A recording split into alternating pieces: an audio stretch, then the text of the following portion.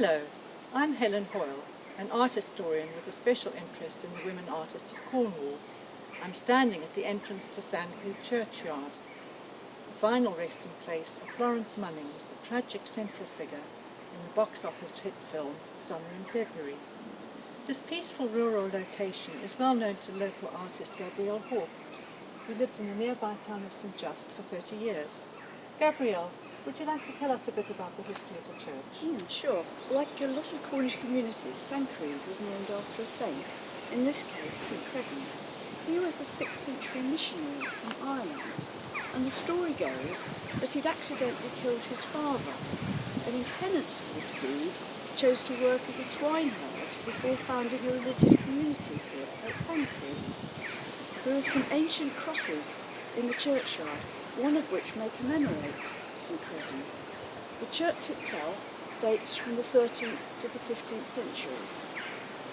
Florence Munnings' headstone was erected in 1914 and marks the grave of this striking young woman whose life became tragically intertwined with a group of artists who were part of the Newland School of Painting.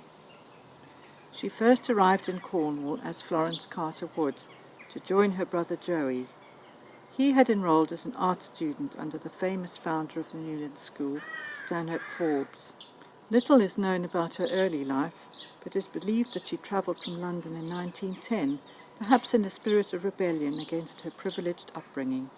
Like Joey, she began to study art. Florence soon became part of the close-knit community of artists who had made the picturesque coastal village of Lamorna their home, including Laura Knight and her husband Harold. Florence was a regular visitor at Oak Hill Cottage, home of the Knights, where Harold painted several portraits of her. Visitors to Lamorna today, who are familiar with the paintings of Samuel John Lamorna Birch, will easily recognise the road winding up from the cove through the village. Lamorna Birch was a close friend of the Knights, hosting many of the parties enjoyed by the artist at his home, Flagstaff Cottage, which today is inhabited by his grandson. And of course the Wink was a popular meeting place for the artists. Today Lamorna remains a thriving artistic community. Florence's arrival soon attracted the attention of Alfred Munnings. His spirit of adventure and a desire to acquaint himself with the artists of the Newland School had brought him to Cornwall from his home in Suffolk. In his early 30s he was building up a reputation as a painter of horses. Florence sought his advice about painting, but hearing of her horsemanship, he was more interested in using her as a model. After a brief courtship, the pair became engaged. Her parents disapproved of their prospective son-in-law, and most of the Lamorna circle were astonished, considering them an ill-matched couple. The morning ride was probably painted around the time of their marriage, early in 1912. It is said that Munnings had a certain rash charm which was attractive to women, but he also had a reputation for being rude and opinionated. He is reported to have treated his new wife with contempt. Florence was quite a difficult person to warm to, and apparently suffered from depression, a condition which in those days was poorly understood and for which there was no help available.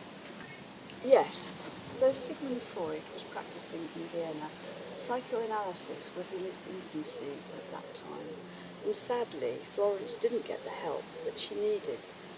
Treatment for depression in this country at that time, in the early 20th century, was primitive and ineffective. And I think we also have to remember that Florence, as a woman growing up in Edwardian times, just may not have had the vocabulary that she needed to describe what she was going through. Women in those days were rather constrained in what they could talk about, and it just wasn't done to discuss difficult topics such as mental illness and anxiety. She must have felt desperately lonely and isolated. My heart goes out to her. While on honeymoon in London, Florence, perhaps realising that she had made a dreadful mistake, attempted suicide. Munnings later claimed that the marriage was never consummated. During her husband's frequent absences, she found solace in the company of their mutual friend, Gilbert Evans, who was employed as the manager of the Boskenna estate. Unlike her husband, Gilbert was a caring person who showed a genuine interest in Florence's progress as an artist. The two of them enjoyed a close companionship and began an affair which remained a secret to all but a few. This must have been very difficult for them, meeting in out-of-the-way places and conducting this secret relationship. It would have been breaking a huge social taboo, and one can only imagine it would have been a source of much guilt alongside the pleasure and the knowledge that it just couldn't continue. Yes, torn between his loyalty towards Munnings and his doomed love for Florence, Gilbert eventually realised that he had no option but to leave Lamorna, which he did in April 1914, taking up a post as an engineer in Nigeria. Heartbroken, Florence continued to suffer verbal abuse from her husband. 3 months later, in July 1914, she poisoned herself. Her parents' sorrow at losing their daughter was compounded when their son Joey was killed in action in France in 1915. Gilbert Evans' diaries provided the inspiration for the book Summer in February, written by Jonathan Smith in 1995. This recreates the story of the love triangle, which ended with Florence's death. The movie suggested that Florence was pregnant by her lover, but there is no firm evidence for this. I think Florence would have appreciated the beauty of this peaceful place. Her headstone is a simple piece of Cornish granite, weathered by time. Mourners at her funeral must have been devastated at her tragic end.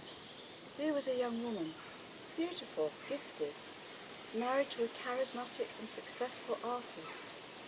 She had not conformed to social and family expectations.